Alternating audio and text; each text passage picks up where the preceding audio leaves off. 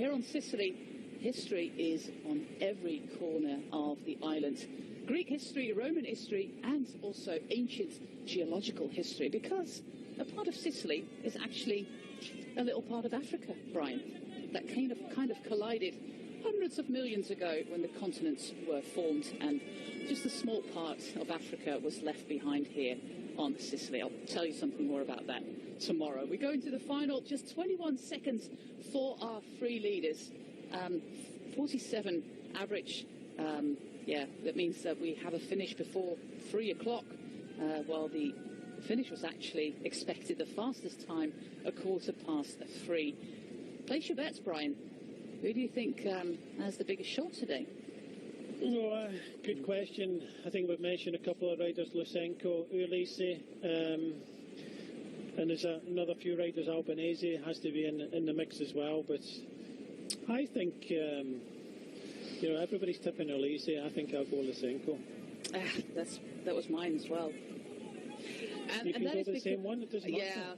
Yeah, but it's because the finishes that he did really well on in the Middle East were those steep finishes, like Kuriyat in the Tour of Oman was also a short, punchy climb, stage 1 there by Jesus Herrera, but he was there and thereabouts, and also on Jebel Jais he did really well in the UAE Tour. Of course, a slightly longer climb than today, but he's been out of racing for over a month after he abandoned Tirreno. He is preparing for a big block of racing in the Ardennes with the Amstel Gold Race on Sunday, and then Flèche and Liège-Bastogne-Liège. But yeah, he could do really well. Just like you said, Brian, he's the kind of guy who prepares well in training. But this is all about timing, and we are making our way to the foot of the climb here in Agrigento really fast. Yes, now we're kind of bunching up a little bit. A lot of teams start to get in position. Like we mentioned, the climb, the steepest parts of the climb are at the bottom, so you really don't want to be outside the kind of top 20, 30 riders, and this is where we're seeing a lot of movement now. Noticed one of the UAE Team Emirates riders had finished for the day, just drifting back through the peloton. But, these boys at the front are hanging on. Bellery, Talman and Schoenberg a bit, they'll look behind them and see it's all over, but I think the push now is to get good position coming into this climb up to the finish. Yeah, it's a really wide road, but you can actually see one of the riders of the Green Project there running out of road there on the right side of the peloton, left on your screen here. Everybody's really trying to get to the front. The boys in green of the Green Project team, with Fiorelli, one of the names, of course, that you mentioned, could do well on a finish like this. I'm also curious to see what Kobe Goossens can do when it's proper weather, nice weather. Not proper weather, some people like the cold weather, but when it's a little bit warmer. But look at the speed here. That tailwind today is making this a really fast race. 46 kilometers an hour average, and that is 3 kilometers faster than the fastest schedule. We are making our way to Agrigento. This is the same climb we saw in the 2020 Giro d'Italia. That stage was won by Diego Ulisse ahead of Peter Sagan. The three riders will most likely be caught just before the climb, and it's all about positioning right now. We have the Italian national team there. Filippo Fortin, an interesting rider to look out for the Italian national team. The Green Project Bardiani is moving to the front there with Filippo Fiorelli. Tonelli, also an interesting rider. Soccarato, of course, but they mean business. We have Bahrain coming to the front with Caruso, of course, the defending champion. Tudor are coming to the front as well with Sebastian Reichenbach, who could do well on a finish like this. And then it's about positioning. We see Jacob Alula in the blue and white with their European Under-23 champion, Felix Engelhardt. He already won his first pro race this year in Italy, in Sempre Alfredo. That was mid-March. And he could do well on a finish like today. But Sabu Gramai, of course, also an interesting rider to look out for. Albanese for Oyola Kometa. We have Lutsenko in the colours of Astana, and then Ulisse in the colours of Team UAE Emirates. It's a very nervous run into the bunch, but the speed is well over 50k an hour right now.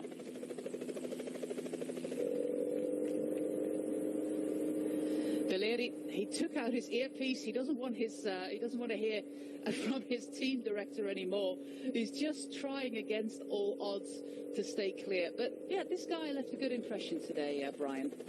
A huge impression, the fact that he's still there with, Talman and Schoenberger, and he's wanted to get that kind of King of the Mountains prize. He already took the climb today. I think whoever wins this stage will be in that lead, courtesy of where they finish in the general classification. But he'll have it on his back tomorrow, because whoever wins the stage, of course, will be leading the race. So hats off to the young rider Balleri, and we'll see him tomorrow in that King of the Mountains jersey.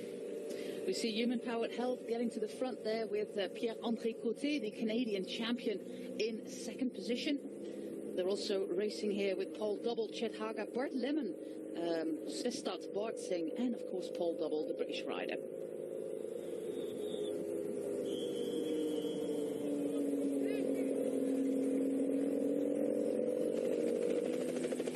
Off the main road, hopefully everybody stays upright on this really giant roundabout as we go into the centre of Agrigento. We have a slight tailwind on the climb as well. The final 250 metres are flat, but of course it's all about positioning towards that foot of the climb.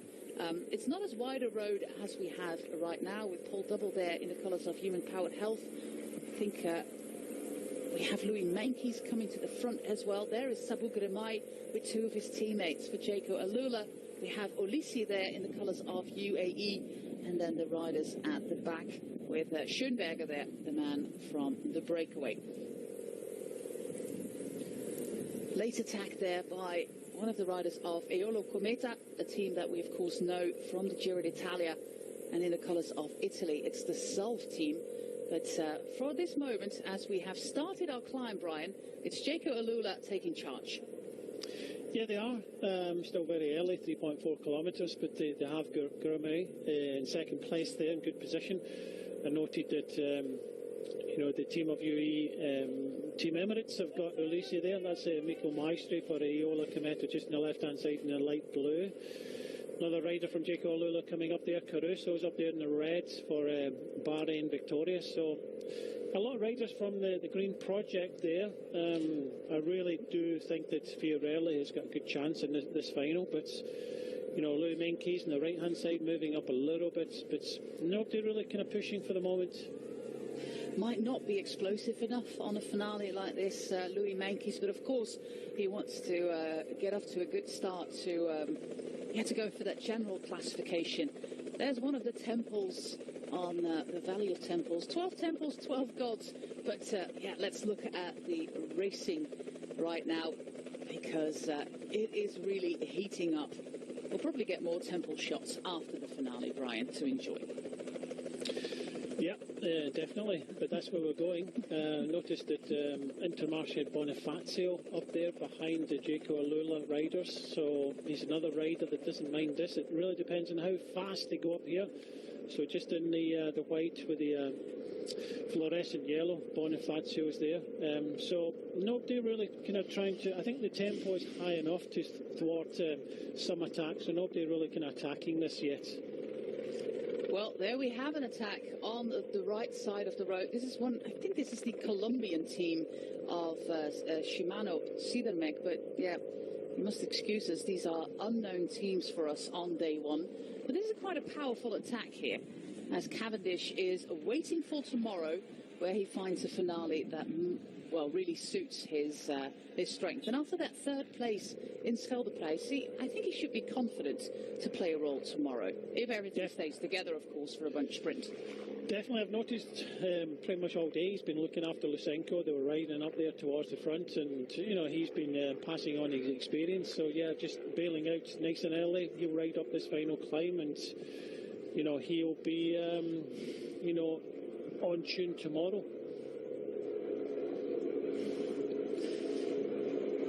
Green Project chasing our lone leader that we have not been able to identify just yet.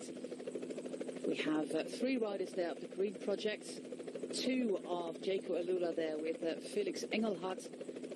Olisi is there as well.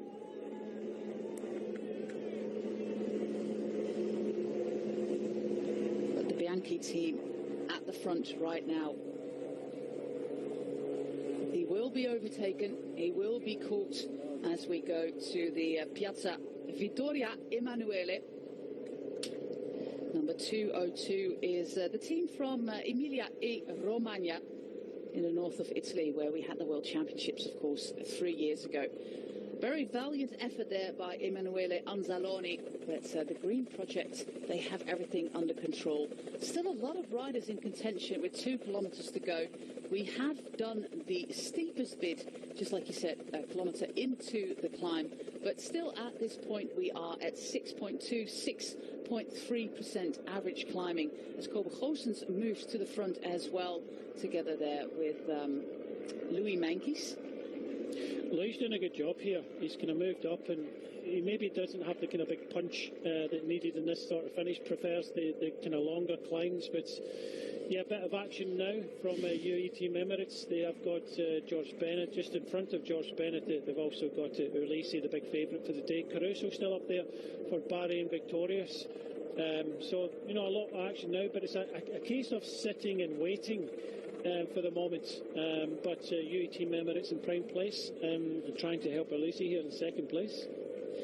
It levels out at about 600-700 metres from the finish line there. It's only 3%, so it's all about being in position for that final 500 metres. Louis Meintjes is looking good there in fourth position, the South African in the bright colours of Intermarché. But I do wonder, Brian, if he is explosive enough on a finale like this. Well, Louis, he cannot really kind of wait. You know, he's a fighter, starting to break up at the frontier, and, you know, he'll fight the whole way. You've got to remember that he's thinking more of the bigger picture here of the general classification. And if he can stay with these front riders, so be it. But like you say, when it comes to kind of sprint finish, he'll grind his way to the finish, try and, you know, stay up there and lose as little time as possible. But there are other kind of punchier riders, and it looks as if we could be seeing a kind of small sprint of a group of about 10 riders here. Well, it's a very impressive finale by Team UAE Emirates. We don't see any sign of Lutsenko, although he might be there in last or second to last place of this group. We do have Albanese, and this is a very interesting attack there. Is this Finn Fisher Black? Yeah, it looks like that, and the fact that his teammates just let him go. Yeah, whether he was riding too hard and they couldn't go with him, but this is a valiant effort now. Albanese looks as if he was there for Iolo Cometto, but yeah, no sign of Lutsenko at all. It is the man from New Zealand, Finn Fisher Black. He was setting the pace there at the front, and of course his teammates, they dropped a little bit of a gap there. He's done the steepest part of the climb right now, the young man from New Zealand, of course, the brother of Nee Fisher Black, the under-23 world champion. He doesn't have a professional win just yet, Brian, and this looks very promising for the 21-year-old. Yeah, he looks as if he's starting to die a little bit, but so are the riders behind, because Louis Meintjes propped on the front. It's 600 metres to the finishing line, but he has to keep this going. A lot of looking around behind, and it looks as if with 500 metres to go, he could be taking his first big victory.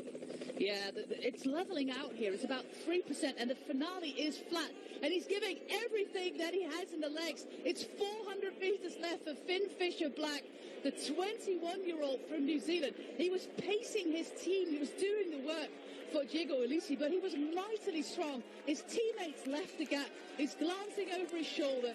This might be his first professional win coming up. It's looking very promising there for Finn Fisher Black. The finish is in sight. The man from Benenden in New Zealand on his way to his first professional win.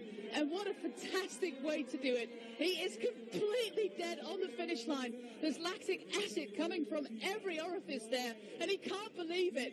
He's incredulous about his first professional win, but it is his. Finn Fisher Black wins stage 1. Well done, young man. And then it looks like Albanese is going for second place. Ulisi, Caruso, and probably Lutsenko there in fifth. But this is absolutely...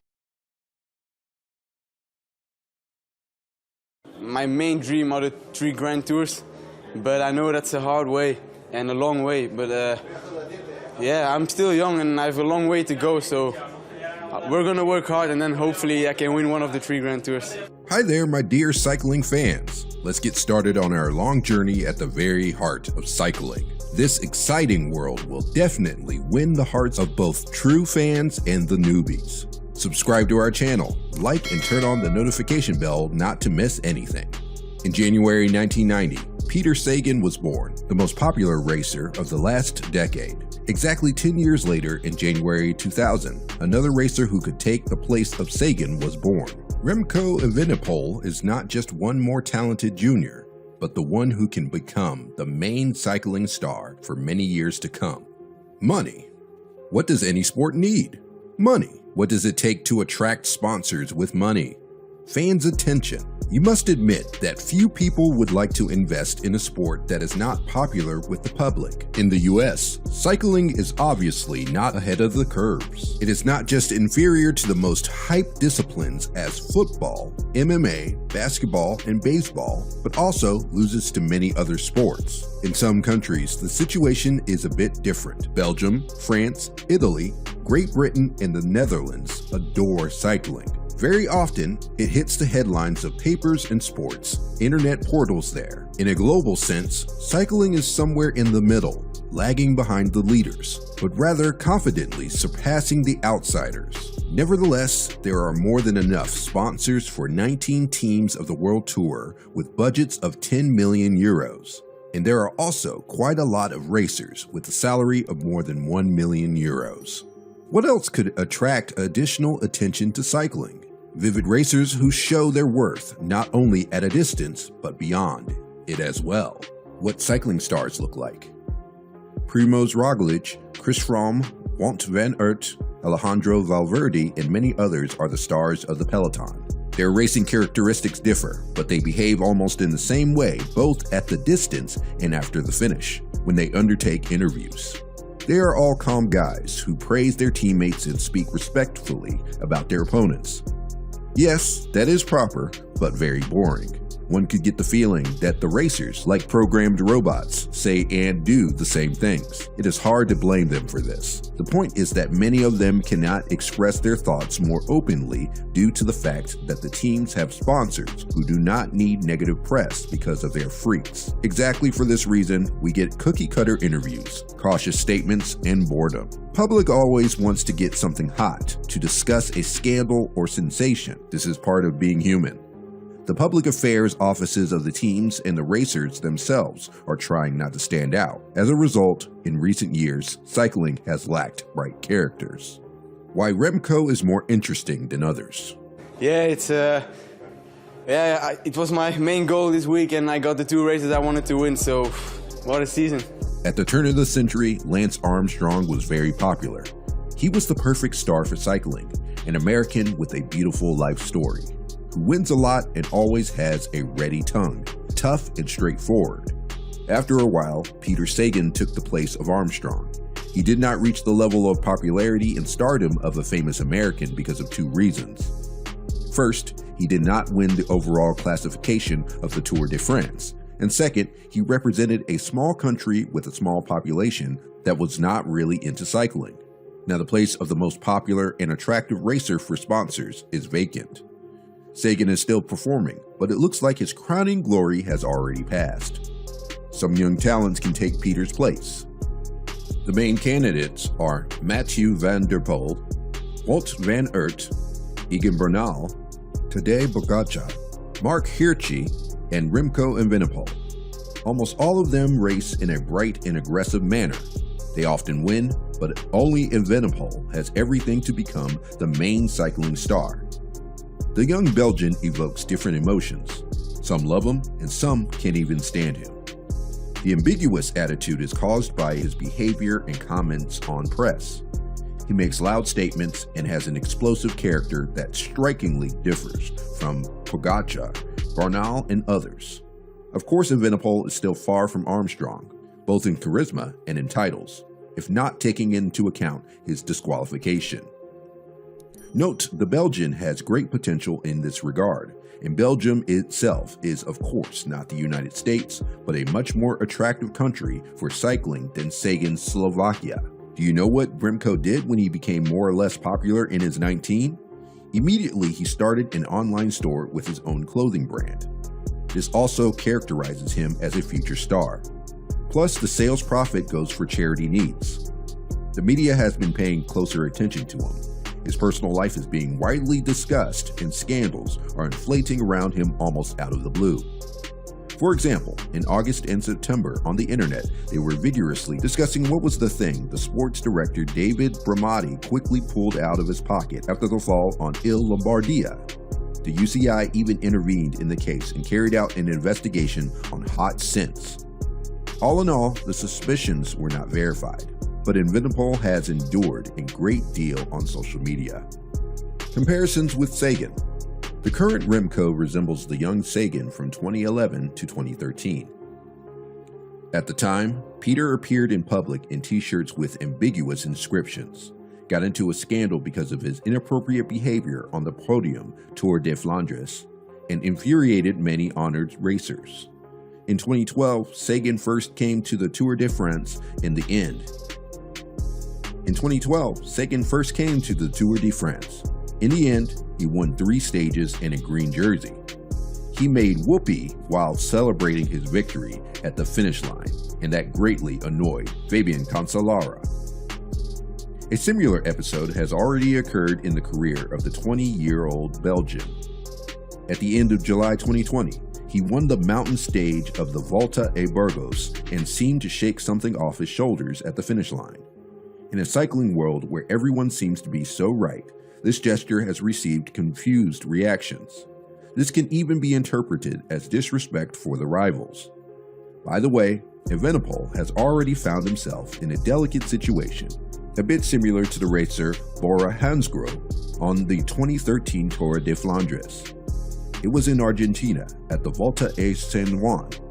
But there, he was rather framed as Nick's quick-stepped teammate Ilio Kaisi. The parallels between the young Slovak and the Belgian are self-evident, even despite the complete different racing specialization. Over the years, Peter settled down and began to behave much more balanced, whereas Remco has all that ahead. Future. It is Remco Evenepoel who should become the main face of cycling. There are many prerequisites for this. He is active on social networks, harsh in his statements, bright at a distance, and super talented. Is he fit for the role? Yes, he is. Of course, like all of us, he's not perfect, but the public never needed the right heroes. Cycling is not Gotham City, but it also needs a controversial hero to rescue everyone from boredom. Evenepoel may not become Batman, but he is pretty good for the role of a new cycling hero. To sum it up, the new leader will benefit the entire industry, which obviously lacks bright personalities that could cause a storm of emotions in the public minds.